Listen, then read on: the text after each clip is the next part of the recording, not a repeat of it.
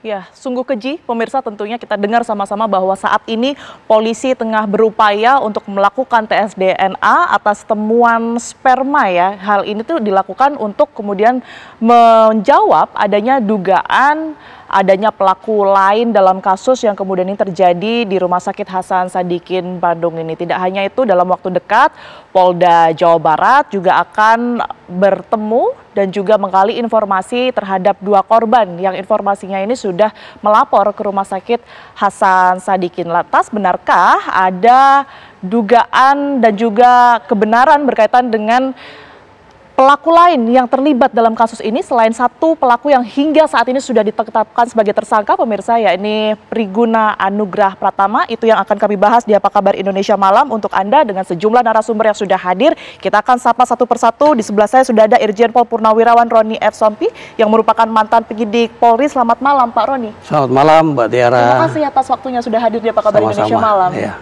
Oke, baik. Di sebelahnya sudah ada Dr. Lahargo kemarin yang merupakan psikiater. Dokter, terima kasih sudah hadir. Terima kasih Mbak Tiara, salam sehat jiwa. Salam sehat tentunya, kita harapkan sama-sama semuanya yang hadir di sini sehat dan juga yang sudah berkenan untuk bersambung melalui Zoom begitu ya. Kita akan sapa juga Dr. Niko Saputra yang merupakan influencer kesehatan. Selamat malam Dr. Niko. Halo, selamat malam. Salam kenal semuanya. Baik, kemudian juga bergabung melalui sambungan Zoom kuasa hukum dari korban Muhammad Nurdin. Selamat malam Pak Nurdin. Selamat malam Mbak Tiara. Baik, terima kasih atas waktunya. Saya izin untuk ke kuasa hukum korban terlebih dahulu, Bapak-Bapak. Pak Nurdin, kami tentunya sangat prihatin dengan adanya kejadian ini, begitu ya. Pertama-tama mungkin sedikit boleh diceritakan kondisi korban seperti apa hingga hari ini, Pak Nurdin. Ya, terima kasih. Untuk kondisi korban, 2 hari kemarin kami berkunjung ke rumah korban bahwa kondisi psikis dan medisnya ini sangat mengkhawatirkan. Nah, maka daripada itu kami mendorong upaya pemulihan medis dan psikis. Nah, kami di bawah naungan Ibu Atalia selaku Komisi 8 DPR RI, nah bekerja sama dengan UPTD PPA Kota Bandung dan Provinsi Jawa Barat terkait upaya pemulihan psikis. Ya. Baik. Itu, Mbak. Hingga hari ini nampaknya muncul kecurigaan adanya pelaku lain, Pak Nurdin, berkaitan dengan kasus yang kemarin terjadi di Rumah Sakit Hasan Sadikin. Anda sendiri melihatnya seperti apa dari pihak korban? Untuk korban, sebenarnya kan ini kan diterapkan pasal Undang-Undang Tindak Pidana Kekerasan Seksual. Nah, Undang-Undang TPKS ini adalah master plan-nya paradigma penegakan hukum pidana modern, yang dimana selain di dalam undang-undang itu ada upaya represif dan preventif. Upaya represif ini selain upaya penindakan dan penuntutan, tentunya yang paling penting adalah terkait rehabilitasi. Rehabilitasi ini yang menyangkut kondisi psikis dan medis korban, dan tidak lupa nanti juga di dalam undang-undang ini itu diterapkan ya kompensasi dan restitusi untuk korban. Baik, tapi dari informasi yang mungkin masuk ke Anda dari korban juga begitu ya, kemungkinan adanya pelaku lain selain yang saat ini sudah ditetapkan begitu ya, atas nama Priguna Anugrah Pratama ini, ada indikasi tidak bahwa pelaku ini tidak hanya satu sebenarnya? Nanti kita akan berkoordinasi dengan Polda Jawa Barat terkait perkembangan kasus ini. Untuk sementara kami tidak bisa memberikan statement terkait ada upaya pelaku lain. Nanti itu ranahnya ada di Polda Jawa Barat. Baik Pak Nurdin, tapi kami ingin konfirmasi satu hal, artinya dari pelaku dan juga korban ini hanya pertama kali ketemu pada saat korban membawa ayahnya ke rumah sakit begitu ya, di hari kejadian tersebut, atau sebenarnya sebelum-sebelumnya sudah pernah bertemu atau mungkin berkonsultasi begitu? Tidak, malah begitu pasca tindakan ayah korban di IGD, Nah, itu si pelaku ini mengarahkan anaknya itu supaya ditransfusi darah. Nah, yang lebih sangat kami khawatirkan tuh begitu dia mencoba menjadi korban ini tuh dengan cara dibius itu, jadi seakan-akan ini tidak ada tindakan pengawasan dari pihak rumah sakit. Nah, begitu dia si pelaku ini melakukan bius terhadap korban ini, di situ tidak lama akhirnya ayah korban juga meninggal. Nah, makanya ini jadi transisi, begitu si ayahnya meninggal ditambah lagi dengan kejadian begini tuh, jadi seakan-akan traumatik ini yang harus jadi PR kita bersama semua. Baik, saya bergeser ke Pak Roni ya. Pak Roni, Anda melihat kasus ini, apa yang sudah dilakukan oleh Polda Jawa Barat saat ini, apakah sudah tepatkah Anda selaku mantan penyidik begitu ya, saat ini sudah berupaya untuk kemudian melakukan pembuktian dengan melakukan tes DNA? Ya, beberapa waktu yang lalu tentu Polda Jawa Barat yang menangani kasus ini atas laporan dari korban dan keluarganya tentu sudah disampaikan dalam bentuk press release. Kita melihat bahwa langkah yang dilakukan sudah sesuai dengan apa yang menjadi prosedur ya, SOP atau standar operasional prosedur yang harus dilakukan dalam rangka proses penyidikan. Jadi criminal scientific investigation juga digunakan. Bagaimana melibatkan pihak yang independen, yaitu Puslapfor, Pusat Laboratorium Forensik, ya walaupun dia masih dalam ya di bawah Mabes Polri, tapi mereka kan dengan penyidik berbeda. Ya, artinya mereka yang akan memeriksa dalam rangkaian pengolahan tempat kejadian perkara ya, untuk menemukan jejak-jejak dari perbuatan pidana, karena ini sudah jelas ini perbuatan pidana ya. Nah, di samping itu juga ada pusat Inavis ya, yang tadi jejak-jejak yang terkait dengan kimia, bisa fisika, biologi dan sebagainya. Tapi jejak-jejak seperti sidik jari, jejak kaki, sepatu dan sebagainya, itu juga didukung oleh pusat Inavis Polri.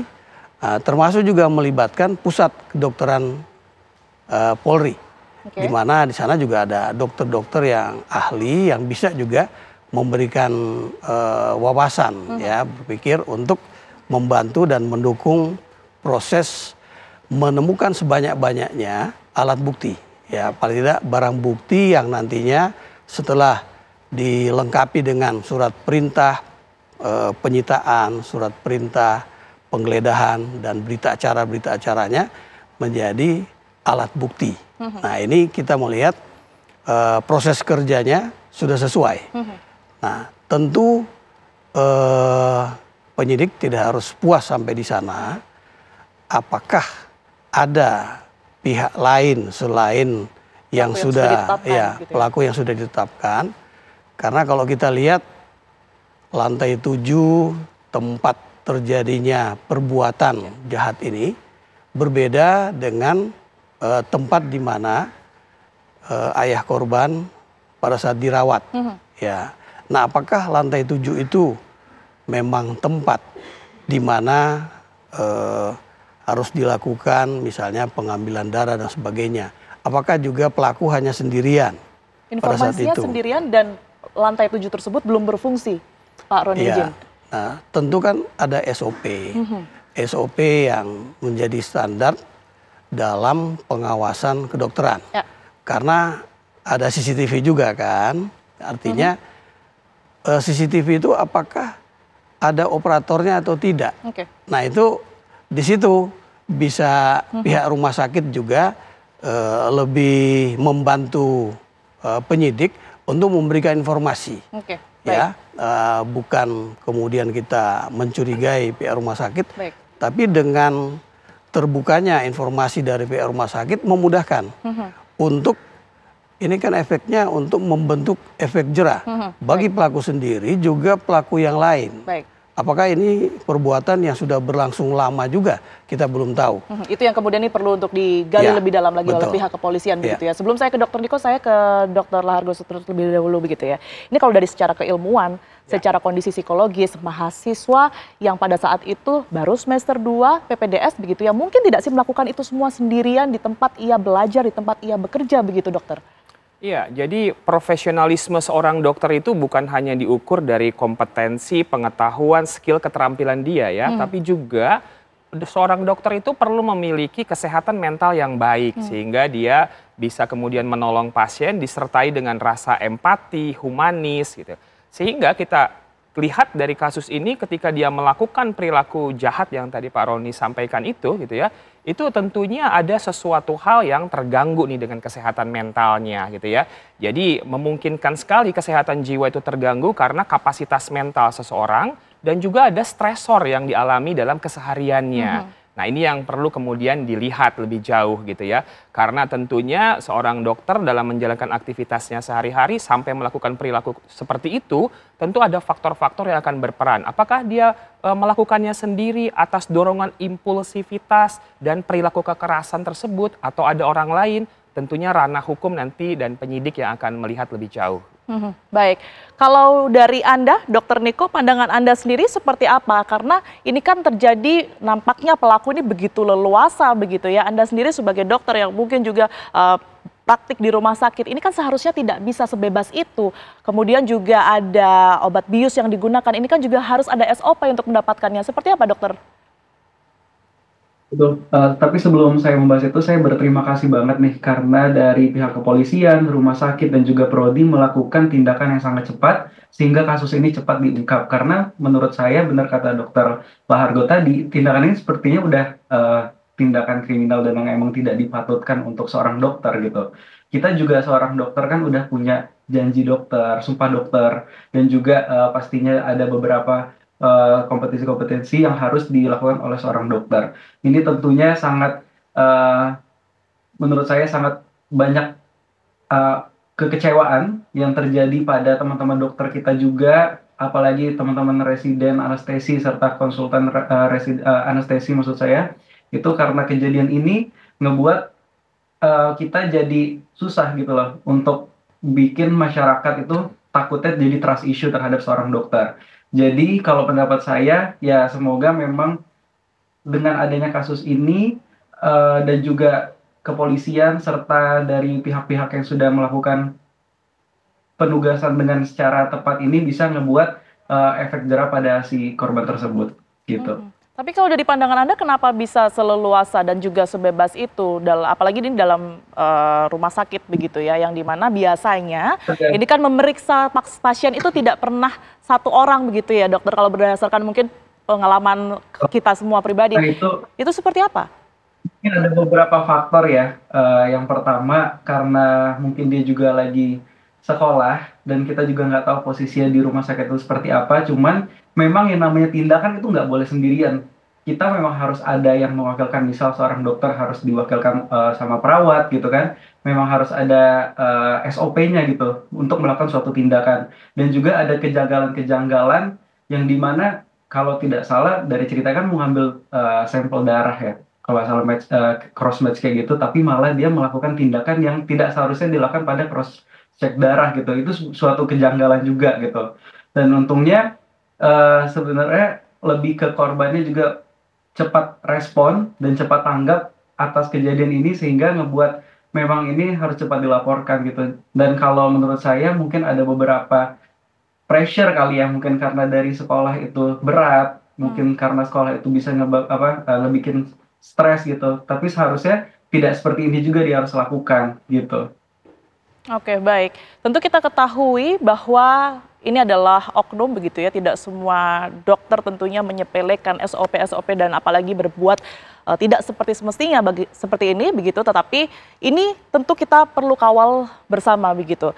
Berkaitan juga dengan adanya kemungkinan pihak lain yang terlibat Karena memang seperti yang kita ketahui saat ini, itulah yang saat ini sedang difokuskan oleh pihak kepolisian. Lantas bagaimana dan juga seperti apa prosesnya nanti akan kita bahas kembali pemirsa di Apa Kabar Indonesia Malam. Tetaplah bersama kami.